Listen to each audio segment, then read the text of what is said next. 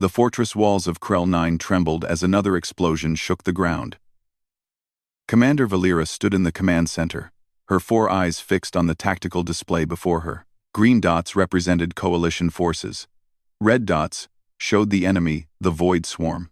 And there were so many red dots. Valera had fought in wars for over 200 years. Her people, the Arathians, lived long lives. In those 2 centuries, she had seen countless battles. She had watched brave soldiers from 100 different species fight and die. The Zharn with their crystal bodies. The Quel'Th who could grow back lost limbs. The mighty Corventhi warriors. All of them had fallen before her eyes at one time or another. But today, she would see something new. Something impossible. Eastern flank holding steady, Commander, reported Lieutenant Thex from his station. The humans continue to maintain their position. Humans, the newest members of the Galactic Coalition. They had only joined 10 years ago, after their first contact with alien life. Their planet, Earth, was classified as a Class 12 death world, one of the most dangerous planets in known space. Most species evolved on gentle worlds with kind environments. Humans had evolved fighting for survival every single day. Valera had read the reports about Earth. Extreme gravity that would crush most species. Predators that hunted in packs. Weather systems that could level cities. Diseases that killed without mercy. Yet humans had not just survived, they had thrived. They had become the dominant species on their terrible world. Still, reading reports was different from seeing them fight. Swarm breakthrough in Sector 7. Another officer called out. They're pushing through the barrier. Valera watched the display. A wave of swarm creatures had broken through the defensive line. They were heading straight for the eastern flank. The human position. Should we send reinforcements? Thex asked. Not yet, Valera said. Let's see how they handle it. She had learned to trust her instincts over 2 centuries of war. Something told her to watch, to observe, to learn. The swarm creatures were terrible things. They looked like insects, but each one was the size of a ground transport. Their claws could tear through armor. Their weapons fired superheated plasma. A single hit from a swarm weapon could vaporize most organic beings. Through her long-range viewers, Valera watched the human soldiers take their positions. They moved with practiced efficiency. No panic. No chaos. Just calm, determined action. The swarm hit their line like a tidal wave. Valera saw a human soldier. Her display identified him as Private Marcus Chen take a direct hit from a plasma weapon. The blast struck him in the chest. He flew backward and hit the ground hard. He did not move. Mark, casualty, eastern flank, position 12. Thex reported automatically. Standard procedure. When a soldier fell, you marked them and moved on. The battle did not stop for the dead. Valera continued watching the display. 30 seconds passed. The battle raged on. More swarm creatures pushed forward. More humans fired their weapons. Then something appeared on her display that made no sense. Private Chen's vital signs activated again. His position marker moved. He was getting up. Thex, check the sensors, Valera ordered. I'm seeing an error on the eastern flank. No error, Commander, Thex replied, his voice confused. The human designated Chen is... He's back, in combat position. Valera switched to visual confirmation. Through the smoke and chaos of battle, she could see him. Private Chen, who had taken a fatal hit, was back on his feet. He limped toward cover, still firing his weapon at the enemy. Blood covered his armor, but he kept fighting. Impossible, Valera whispered. Commander, I'm seeing similar readings across the human line, Thex said. Multiple soldiers taking severe damage, falling, then returning to combat within minutes. Valera had seen many things in 200 years of war. She had seen brave last stands. She had seen soldiers fight with terrible wounds. But she had never seen anyone rise from the dead and continue fighting. A Zharn warrior could survive many injuries because their crystalline bodies could seal breaches. A Quel'Th could regenerate lost limbs over hours or days. But humans had no such abilities. They were soft creatures, fragile. Their bodies should break easily. Yet they kept getting back up. The battle continued for 3 more hours. The humans held their position. Not perfectly, they lost soldiers, just like everyone else. But the ones who fell with non-fatal wounds refused to stay down. They crawled back to cover. They retrieved weapons from fallen comrades. They kept fighting even when their bodies should have given up. By the time the swarm finally retreated, Valera's respect for these newcomers had grown tremendously. The eastern flank had held. Barely. But they had held. "Get me Captain Rodriguez," Valera ordered. "The human commander. I need to speak with him immediately." "Yes, Commander." Establishing communication now. A moment later, a human face appeared on her screen. Captain Rodriguez looked tired. Blood stained his uniform, though Valera could not tell if it was his own or someone else's, but his eyes were sharp and alert. "Commander Valera," he said, nodding respectfully. "How can I help you?" "Captain, I need to understand what I saw today," Valera said directly. She had no time for diplomatic games. "Your soldiers. They fall in battle, then rise again." "How?" Rodriguez smiled. It was a strange expression. Humans showed emotion so openly.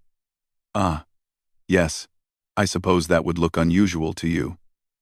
"Commander, what you saw today was just humans being humans. We're stubborn. We don't like staying down." "This is more than stubbornness," Valera insisted. "I saw Private Chen take a plasma hit that should have killed him. He was fighting again in under a minute." "Chen's tough," Rodriguez agreed. "They all are." "Commander, if you want real answers, I can explain. But I should warn you, what you saw today is just the beginning. We haven't even shown you what humans do when we get truly angry." Valera felt a chill run through her body. These humans had just fought through impossible odds, rising from wounds that should have ended them. And their commander was saying this was just the beginning? What kind of species had the galaxy welcomed into the coalition? "I want a full briefing," Valera said firmly. "Tomorrow, 08:00 hours. I need to understand your people, Captain. If we're going to fight together, I need to know what you're capable of." "Understood, Commander. We'll be ready." Rodriguez out. The screen went dark. Valera stood alone in her command center, staring at the tactical display. The green dots of human positions blinked steadily on the eastern flank. Each one represented a soldier who had refused to give up, who had refused to die. In 200 years of war, Valera had seen thousands of soldiers fall, but today was the first day she had seen soldiers rise again. She had a feeling that everything she knew about warfare was about to change. Outside the command center, the sun set over the scarred landscape of Krell 9. The first battle was over. But the war had just begun, and humanity had just announced to the galaxy that they played by different rules. Rules that said falling down was not the same as being defeated. Rules that said the fight was not over until the last human decided it was over. Commander Valera had 200 years of experience. But she suspected she was about to learn something entirely new. She was about to learn what it meant when humans decided to stand their ground. The morning sun rose over Krell 9, casting long shadows across the damaged fortress. Commander Valera had not slept well. Her mind kept replaying what she had seen, humans rising from wounds that should have killed them, fighting when they should have been dying.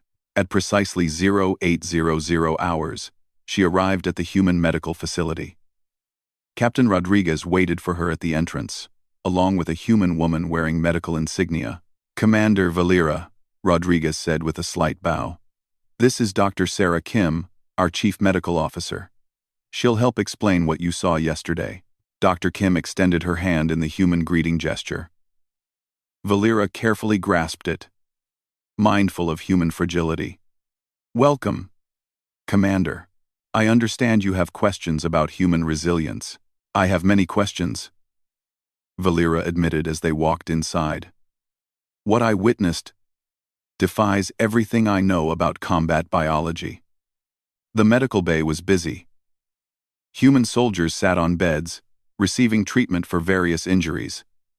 What shocked Valera was how minor the treatment seemed compared to the wounds she had seen them take in battle. A soldier who had been hit by plasma fire yesterday was now sitting up, joking with a nurse. Another who had lost significant blood was walking around, albeit slowly. "Let me start with the basics, doctor," Kim said, pulling up a holographic display of human anatomy. Humans have several biological systems that help us survive trauma. The most important is something we call adrenaline. The display showed a small gland above human kidneys. When we face danger, our bodies release this chemical. It does several things: increases heart rate, sharpens focus, reduces pain perception, and gives us extra strength. Valera studied the display carefully. Other species have fear responses, but nothing like this. "That's because Earth is a death world," Dr. Kim explained. "For millions of years, humans faced constant threats: predators, starvation, other humans. Our bodies evolved to handle extreme stress. When we get hurt, our brains can temporarily shut down pain signals. We keep functioning even with terrible injuries." Captain Rodriguez added, "It's not just biology, Commander. It's also psychology. Humans have something that's hard to translate into galactic common. We call it determination, or stubbornness, or spite." "Spite?" Valera's translator struggled with the word. "It means refusing to give up because refusing feels good," Rodriguez said with a grim smile. "If someone or something is trying to kill us, part of us wants to survive just to prove them wrong. It's not logical. It's emotional. But it works." The card by that matey. Dr. Kim led them to another room where human soldiers were training. Even though the battle had been yesterday, they were already pushing themselves hard. Lifting weights, running, practicing combat moves. Several had visible injuries that were still healing. A human sergeant noticed them watching. She walked over, her left arm in a healing wrap. "Commander Valera? I'm Sergeant First Class Maria Santos. Captain Rodriguez asked me to assist with your orientation." "Sergeant, shouldn't you be resting?" Valera asked, noting the injury. Santos laughed. This is nothing, ma'am. I've had worse injuries during training exercises. We have a saying: pain is just weakness leaving the body. That saying is not medically accurate," Dr. Kim said with a sigh. "No, Doc, but it helps," Santos replied cheerfully. "Mind over matter. If you don't mind, it don't matter." Valera watched Santos demonstrate human close combat training. The movements were aggressive, direct, and brutal. There was no elegance, no ceremony. Just pure efficiency, focused on one goal: eliminating the threat. "We learn to fight through pain," Santos explained. "From basic training, we're taught that our limits are mostly mental. Yes, our bodies have real limits, but most people quit long before they reach them. We train ourselves not to quit." "But Private Chen," Valera said, "I saw him take a plasma blast to the chest. That should have been fatal." "Chen's lucky," Santos said seriously. "The plasma hit his armor at an angle. It burned through. Yes, but missed his heart by centimeters. He had severe burns, broken ribs, internal bleeding. Any other species would have gone into shock and died. So why didn't he? Adrenaline kept him conscious, training kept him focused, and stubbornness kept him fighting," Santos said simply. "Chen's a good soldier. He saw his squad in danger. His brain decided dying could wait until after he helped them." Valera struggled to understand. "But that's not a choice. You cannot simply decide to delay death." "Not completely, no," Dr. Kim agreed. "But humans can delay it longer than most species. We can keep functioning with injuries that would immediately incapacitate others. It's one reason we survived as a species on Earth." Suddenly, alarm sirens filled the air. Red lights flashed throughout the facility. An automated voice spoke. "Alert. Incoming hostile forces detected." All personnel to battle stations. This is not a drill. 8. Captain Rodriguez immediately pulled up a tactical display on his wrist device. His face went serious. Swarm Scout Force. They've penetrated the inner system. 3 hours until they reach Krell 9. Valera's communicator buzzed. She answered it, listening to the message from Coalition High Command. Her expression grew dark. "What are your orders, Commander?" Rodriguez asked. "High Command orders a fighting retreat," Valera said slowly. "We're to evacuate all forces and abandon Krell 9. Standard doctrine when facing superior numbers." The humans in the room fell silent. Valera could see them looking at each other, having entire conversations with just facial expressions. "With respect, Commander," Rodriguez said carefully, "we didn't come to the stars to run away. Humanity is staying. We're going to defend this world." "Captain, you don't have authority to. We're volunteers."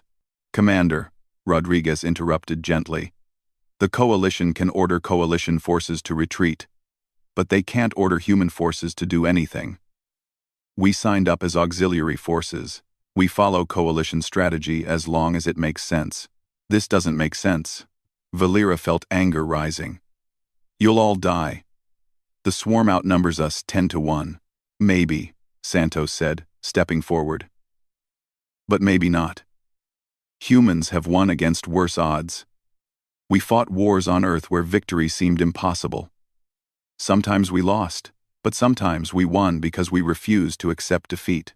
"This is madness," Valera said. "Yes, ma'am, it probably is," Rodriguez agreed. "But it's our kind of madness. Commander, you're welcome to follow High Command's orders. Take your forces and retreat. We won't think less of you, but we're staying." Valera looked at these humans, these strange, stubborn, impossible creatures. They had every reason to leave. They could survive to fight another day. That was smart strategy, but they were choosing to stay anyway. In her 200 years of military service, Valera had always followed orders, always done what was logical and correct. She had survived by being careful, by being smart, by knowing when to retreat. But something Chen had said yesterday kept echoing in her mind. Something about humans not liking to stay down. She thought about her own soldiers, the Arathians who had fought beside the humans yesterday. They had seen what humans could do. If she ordered a retreat now, what would they think? That their commander had lost her courage? More importantly, what would she think of herself? "How much time until the swarm arrives?" Valera asked. 2 hours and 40 minutes, Rodriguez said, checking his display. "Then we have 2 hours and 40 minutes to prepare," Valera said firmly. "I'm staying too. My forces stay with me." Rodriguez smiled that strange human expression of happiness. "Glad to have you with us, Commander. Fair warning though, once humans decide to dig in and defend something, we get a little crazy." "I've noticed," Valera said dryly. Santos clapped her hands together. "All right, people. We've got work to do. Let's show the swarm what happens when they pick a fight with humans. And anyone brave enough to stand with us." As the humans rushed to prepare defenses, Valera sent a message to her superiors. She knew this would likely end her career. She was disobeying direct orders. But sometimes, she realized, there were things more important than orders. Sometimes you had to stand with people who refused to fall down. Sometimes you had to learn what it meant to be stubborn.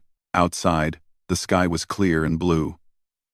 In less than 3 hours, it would be filled with enemies. But inside the fortress, humans were preparing for battle with grim determination. And something else, something that looked almost like excitement. Valera realized she was about to learn another lesson about humanity. Yesterday she learned they could rise after falling. Today she would learn what they could do when they had time to prepare. 2 hours was not much time to prepare for an invasion, but Commander Valera quickly learned that humans could accomplish remarkable things when motivated. Within minutes of her decision to stay, Valera's communication device lit up with messages from Coalition High Command. Her superiors were angry. They stripped her of her official command position. They threatened court-martial. They ordered her to evacuate immediately. She ignored every message. "Commander," Lieutenant Thex said quietly, "your career is over if we survive this. Then we better make sure this battle is worth it," Valera replied. To her surprise, not a single Arathian soldier asked to leave. They had fought beside the humans yesterday. They had seen what these strange creatures could do. If their commander was staying, they would stay too. The Quelith squad assigned to the fortress also chose to remain. So did the Jarn defensive unit. Word spread quickly, the humans were making a stand, and others were joining them. Captain Rodriguez gathered all the commanders in the tactical center. "All right, people. We have 2 hours to turn this fortress into something the swarm will regret attacking. Let's talk about human defensive doctrine." He pulled up a map of the fortress and surrounding terrain. Most species build defenses that are efficient and logical. Walls in the right places. Weapons, with clear firing lines. Everything neat and organized. "That sounds correct," Valera said. "It is correct," Rodriguez agreed. "But humans don't just build correct defenses. We build mean ones." Sergeant Santos stepped forward and began marking the map. "We're going to create multiple layers of overlapping fire zones. We'll set up fake positions to draw fire. We'll plant traps in areas where the swarm expects clear paths. We'll make every meter they advance cost them dearly. We learned this style of fighting on Earth," Rodriguez explained. "We didn't evolve as the strongest species. We weren't the fastest or the biggest. We survived by being clever and vicious. We learned to use our environment. We learned to make our enemies pay for every small victory." Valera watched as the humans transformed the fortress defense plan. What had been a simple, logical layout became something complex and devious. Corridors that appeared safe were actually kill zones. Weak points in the walls were actually traps. Retreat paths for defenders had ambush points built in. "This is not honorable warfare," one of the Quelith officers said. "No, it's not," Rodriguez agreed, without shame. "Humans gave up on honorable warfare about 10,000 years ago. We fight to win. Honor is something we save for after the battle, when we bury our dead with respect." The Quelith officer thought about this, then nodded slowly. A practical approach. As the preparations continued, Valera worked alongside human engineers. She watched them place explosive charges in structural weak points, creating controlled collapse zones. They filled corridors with flammable materials. They positioned medical stations in protected areas, anticipating casualties. Private Chen appeared, still carrying visible injuries from yesterday's battle. He should have been in the medical bay, but instead he was hauling ammunition crates. "Private, should you be working in your condition?" Valera asked. Chen grinned, another human expression. "Commander, I got hit yesterday, and I'm still here today. That means I'm lucky. And I want to use that luck while I have it." "Luck is not a tactical resource," Valera said. "Maybe not for other species," Chen replied. "But humans believe in luck. And sometimes, believing in something makes it real enough." With 30 minutes remaining, the defenses were ready. Valera stood on the fortress wall, looking out at the darkening sky. Beside her, Sergeant Santos checked her weapon with practiced efficiency. "Nervous, Commander?" Santos asked. "I have fought for 200 years, Valera said. "But this feels different." "That's because you're fighting like a human now," Santos said. "We don't fight to delay the enemy or to achieve tactical objectives. We fight to win. Completely. Totally. No half measures." The sky turned red as the swarm entered the atmosphere. Thousands of them, blotting out the sun. Their ships were biological, grown rather than built. They pulsed with unnatural life as they descended. "All units. Battle stations." Rodriguez's voice came through the communication system. "Remember your training. Remember your positions. And remember, we're not here to die heroically. We're here to make them die." The first wave hit the outer defenses. Exactly as the humans predicted, the swarm went for what appeared to be weak points in the fortress walls. They encountered the first trap, concealed heavy weapons that opened fire at point-blank range. Dozens of swarm creatures fell in the first seconds, but more came. Always more. Valera commanded the northern section, coordinating fire between Arathian and human units. The humans had taught her soldiers something new: the concept of suppressive fire. Not shooting to kill, but shooting to force the enemy into positions where they could be killed. It worked. The swarm creatures were used to enemies who fought defensively, carefully. They had never faced enemies who wasted ammunition intentionally, who created chaos as a tactic. In the eastern section, Private Chen held his position with 3 other humans. A swarm creature, a horrible thing with too many legs and acid for blood, broke through their barricade. It struck Chen with a claw that tore through his armor. Chen fell. Again, but this time, Valera was not surprised when he got back up. She watched through her tactical display as Chen grabbed a damaged support beam and used it as a weapon, striking the creature until it stopped moving. Then he collapsed against a wall, breathing heavily but still alive. "Medical team to eastern section," Valera ordered calmly. "Negative, Commander." Chen's voice came through, rough with pain. "I can still fight." "Send medical to Sector 12. They need it more." This was the difference, Valera realized. Other species fought bravely, but humans fought with something beyond bravery. They fought with determination that bordered on unreasonable. They simply refused to accept that they could lose. The battle continued for 3 hours. The swarm kept coming, wave after wave. The defenders fell back through the planned retreat routes, making the enemy pay for every meter. The trap corridors worked perfectly. The fake positions drew fire away from real defenders. But slowly, inevitably, they were being pushed back. There were simply too many swarm creatures. "Commander," Thex reported, his voice tight with stress, "Central defense line is failing. If we lose that position, they'll reach the command center within minutes." Valera pulled up the tactical display. He was right. Despite everything, despite the clever human tactics and the determined defense, they were losing. "Captain Rodriguez," she called over the command channel, "we need to consider evacuation. We've done all we can." "Negative, Commander," Rodriguez replied. His voice was strangely calm. "We're not done yet. In fact, we're about to show you something special." "What do you mean?" "Remember when I said you hadn't seen what humans do when we get truly angry?" Rodriguez asked. "Watch Private Chen's vital signs. And the vital signs of every human who's lost squad mates today." Valera checked her display. Chen's readings were spiking, heart rate increasing, adrenaline levels going through the roof. Not from fear, from rage. Across the battlefield, she saw it happening to every human soldier. They had been fighting defensively, tactically, following the plan.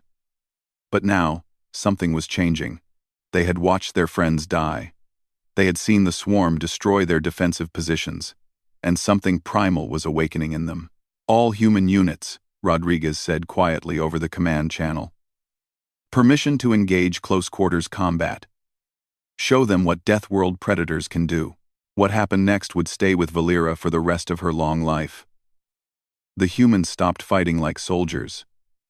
They started fighting like the apex predators they had evolved to be. They charged, not in organized units, but in small packs, working together with perfect coordination born from instinct rather than training. They used their weapons until the weapons ran empty. Then they used knives. When the knives broke, they used rocks, broken metal, their bare hands.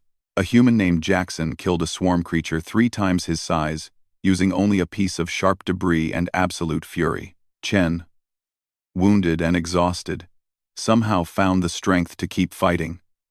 Protecting wounded soldiers who could not protect themselves. It was not pretty. It was not honorable. It was brutal and terrible and absolutely effective. The swarm, for the first time, began to retreat.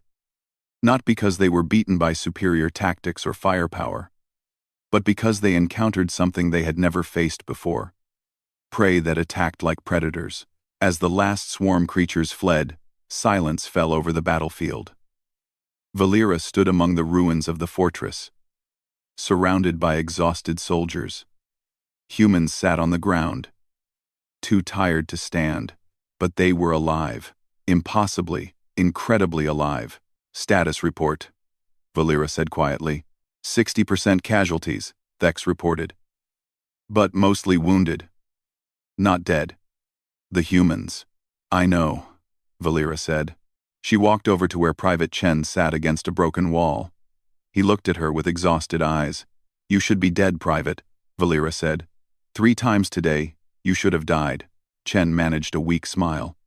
Not dead yet, Commander. Too stubborn for that. Above them, the sky was clearing. The swarm was gone. And against all logic and military doctrine, the fortress still stood. Valera had learned another lesson about humanity. They could plan like professionals, but when necessary, they could fight like animals, and sometimes that made all the difference. The victory celebration was brief. 3 hours after the battle ended, new alarms shattered the quiet. Commander Valera rushed to the command center, her body aching from the fight. Captain Rodriguez was already there, staring at the sensor display. His face was grim. What is it? Valera asked. Rodriguez pointed at the screen. Something big. Really big. Coalition database identifies it as a Void Titan. I cast. Valera felt ice flow through her veins. She had heard of Void Titans everyone in the Coalition military had. They were the swarm's ultimate weapon. Massive creatures, 3 kilometers long, capable of destroying entire fleets. In 50 years of war, the Coalition had never defeated one in direct combat. The standard protocol was simple. Run. Evacuate the planet. Then, destroy it from orbit to deny the enemy any victory. Losing a world was better than losing a Tangent-class engagement. How long until it arrives? Valera asked quietly. 30 minutes, Rodriguez replied. Then we evacuate. Now. Everyone to the transport ships. We don't have transport ships anymore, Commander, Lieutenant Thex reminded her. High Command refused to send them when you disobeyed orders. We have 3 small shuttles. They can carry maybe 50 people total. Valera closed her eyes. They had won the battle but lost any chance of rescue. They were trapped on Krell 9 with a Void Titan approaching. Then we go to ground, she said. Hide in the underground bunkers. Maybe it will pass by without. She stopped. Captain Rodriguez was laughing. It was not a happy laugh. It was the laugh of someone who had lost their mind or was about to do something incredibly dangerous. Captain? Valera said carefully. Sorry, Commander, Rodriguez said, wiping his eyes. It's just, do you know what we used to hunt on Earth? Before we had advanced technology? I do not see how that is relevant. Whales, Rodriguez said. Massive creatures. Some as long as 30 meters. They lived in our oceans. And humans hunted them with wooden boats and pointed sticks. We also hunted mammoths, huge animals with tusks that could crush us. We hunted bears that could tear us apart with their claws. Your point, Captain? Rodriguez pointed at the display showing the approaching Titan. This thing? It's just a bigger whale. That is not a whale. That is a Tangent-class destroyer. It can generate black holes. It has shields that bend reality itself. Still just a whale, Rodriguez said calmly. He activated the command channel. All senior officers to the command center immediately. We have 30 minutes to plan a hunt. Within 5 minutes, the room was filled with human, Arathian, Quelith, and Jarn officers. Everyone looked exhausted from the previous battle. Many carried fresh injuries. Rodriguez pulled up a holographic display of the Titan and Krell 9's geography. Here's the situation. Tangent-class creature incoming. That is suicide, one of the Quelith officers said flatly. Maybe, Rodriguez agreed. But it's better than doing nothing. And I think we have a chance. He zoomed in on a location near the fortress. This is the primary munitions depot. We've been storing ammunition and weapons here for 3 months. What most of you don't know is that we also have antimatter charges stored there, power sources for our heavy equipment. Sergeant Santos understood immediately. You want to turn it into a bomb. The biggest bomb anyone has ever seen, Rodriguez confirmed. If we can lure the Titan over that location and detonate it, the explosion will crack the planet's crust.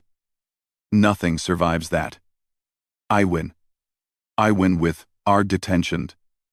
Henri and I win with. I win with. I win with. I win with.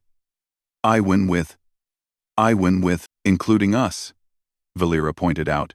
Including us, Rodriguez agreed. But here's the thing. The Titan will be directly over the blast. We'll be in hardened bunkers 3 kilometers away. The Titan dies for certain. We maybe die. I'll take those odds. Private Chen, who had somehow made it to the meeting despite his injuries, spoke up. How do we lure it? Titans hunt by sensing large concentrations of life forms. Exactly, Rodriguez said. We use ourselves as bait. We gather everyone in the open. Make ourselves visible. The Titan comes down to feed. Once it's in position, we run for the bunkers and blow it up. The room fell silent. Everyone understood what Rodriguez was proposing. It was technically possible, but the timing would have to be perfect. If they detonated too early, the Titan would survive. Too late, and they would die in the blast. This is insane, Valera said. Yes, ma'am. Rodriguez agreed. But we're kind of specialized in insane. Who's with me? Valera expected protests. Arguments. Fear. Instead, every human in the room immediately volunteered. Then Sergeant Santos raised her hand. Then Private Chen. Still wounded. Then Lieutenant Thex, her own second in command. One by one, every officer in the room volunteered. I must be infected with human madness, Valera muttered. Fine. We do this. But we do it properly. I want precise timing calculations. I want the bunkers reinforced. And I want a backup plan. The backup plan is we all die heroically, Rodriguez said. That is not a backup plan. It's the best one we have, Commander. For the next 20 minutes, they worked frantically. Engineers rigged the munitions depot with detonators. Soldiers reinforced the underground bunkers. Medical teams prepared for the aftermath. Though everyone knew if this failed, medical care would not matter. Private Chen led a team setting up the bait zone, an open area where defenders would gather to attract the Titan's attention. Valera watched him work, moving despite injuries that would have hospitalized any other species for weeks. Private, she called to him. Why do you keep fighting? You could rest. Let others handle this. Chen paused, thinking carefully about his answer. Commander, my grandfather fought in Earth's last World War.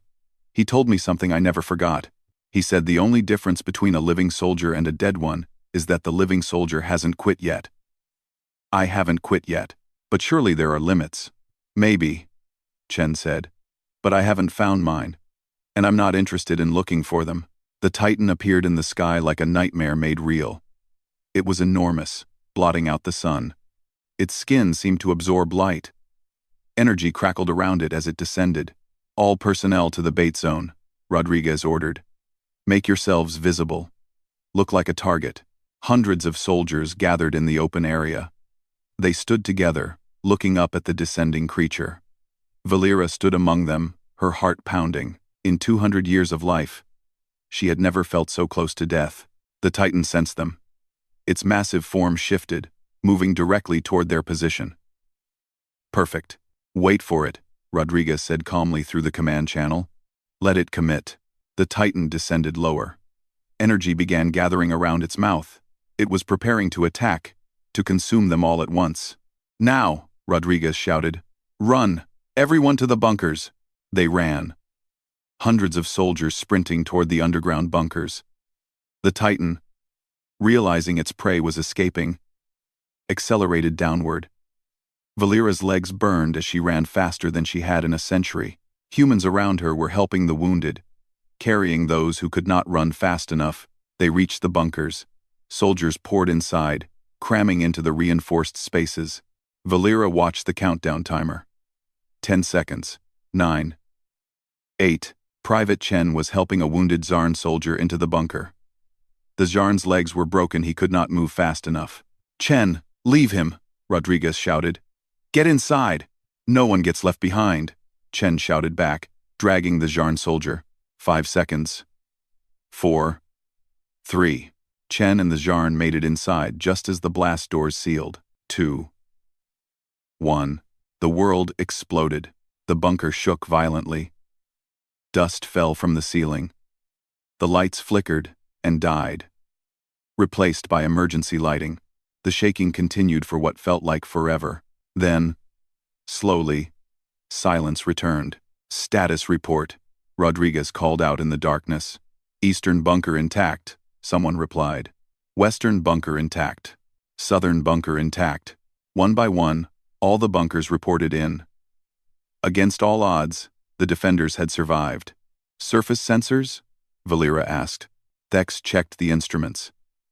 Massive crater where the depot was. Radiation levels high but decreasing. And Commander. No life signs from the Titan. It's gone. We killed it. The bunker erupted in cheers.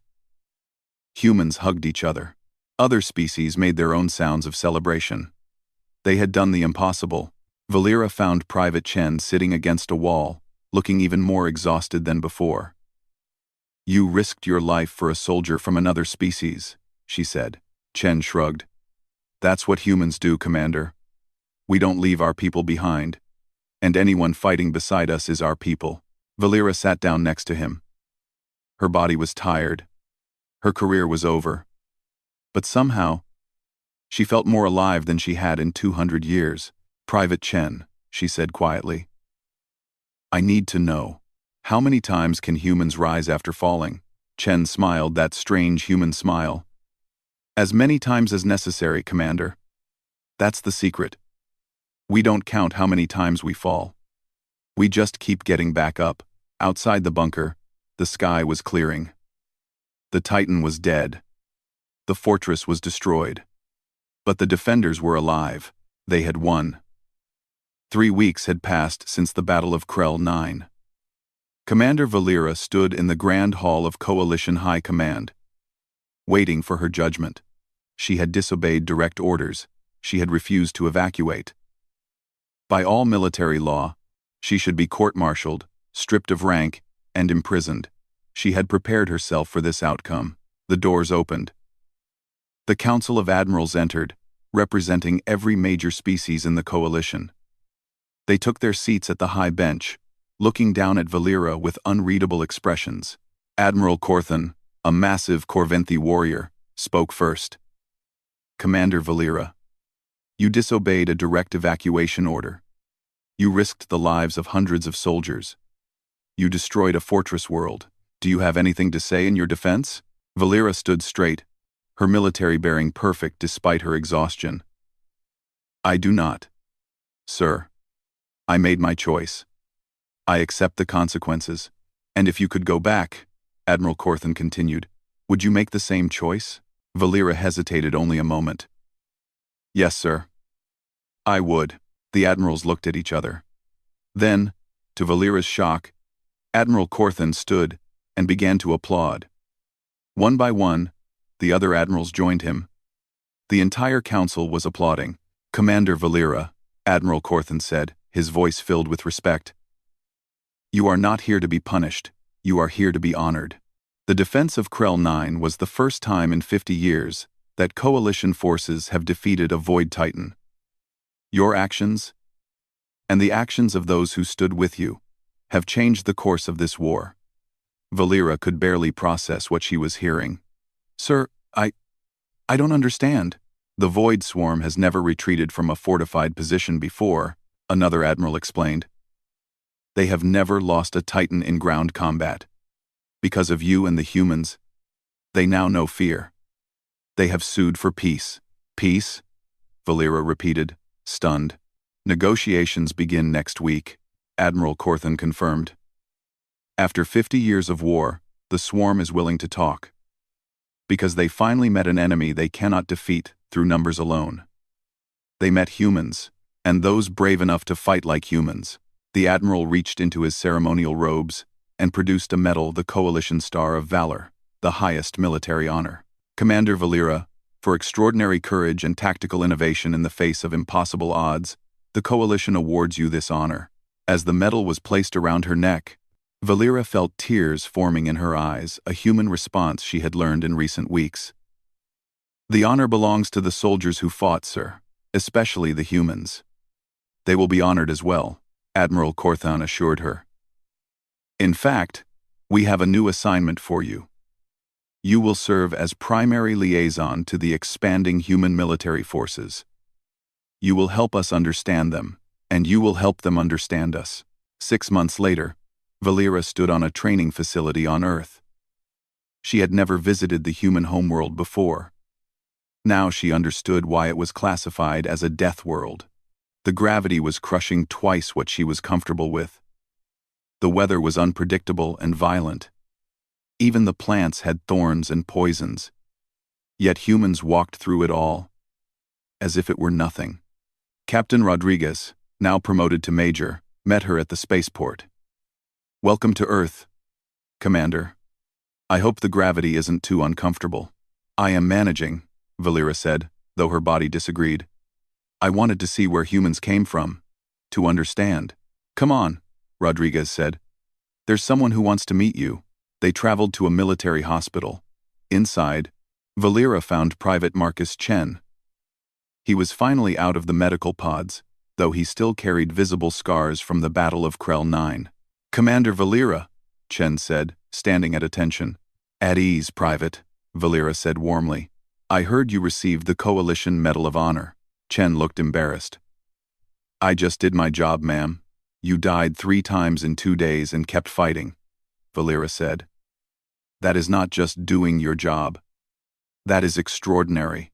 "Well, I had a good reason to keep going," Chen said. "Couldn't let my squad down. Couldn't let you down.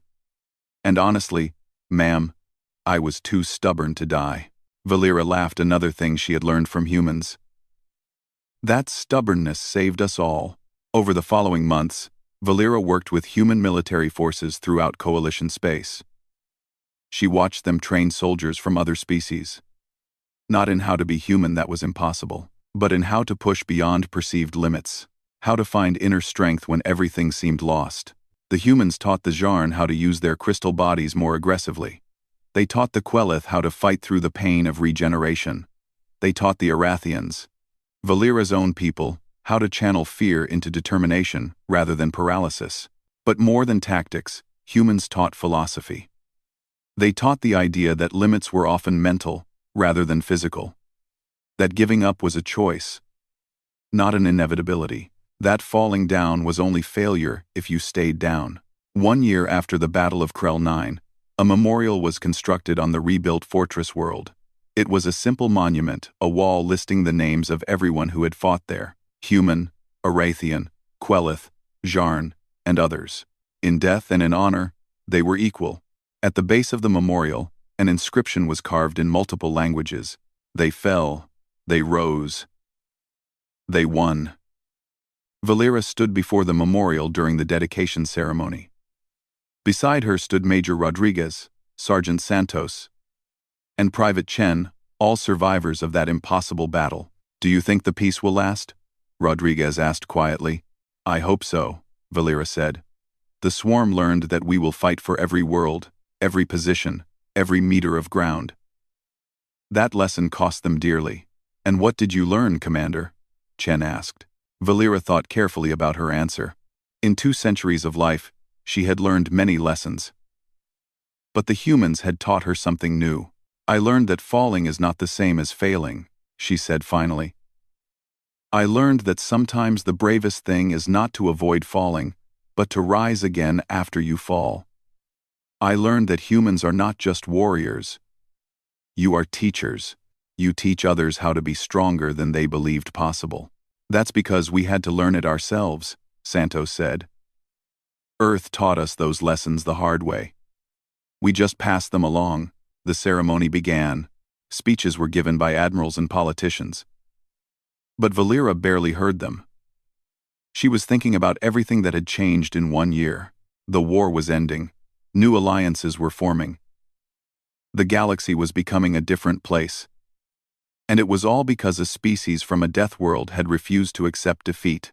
After the ceremony, Valera found herself alone at the memorial. She placed her hand on the wall, feeling the names carved into the stone.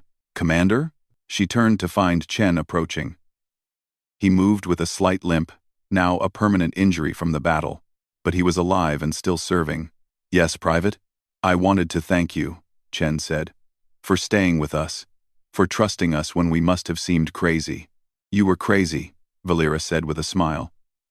"But you were also right. Sometimes crazy is exactly what is needed."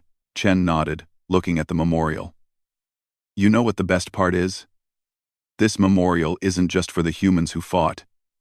It's for everyone who learned to fight like humans. Everyone who learned to get back up. That is the real victory," Valera agreed. "Not just defeating the swarm, but teaching the galaxy something new." They stood together in comfortable silence, watching the sun set over Krell 9. The fortress had been rebuilt, stronger than before. The defenders had moved on to new assignments, but the memory of what happened here would never fade. In the coming years, Valera would write a book about her experiences. It would become required reading in military academies across the galaxy. The title was simple: "The Day I Learned to Rise." In the book, she would describe watching humans fall and rise again. She would describe learning that limits were often illusions. She would describe understanding that stubbornness, determination, and spite could be tactical advantages.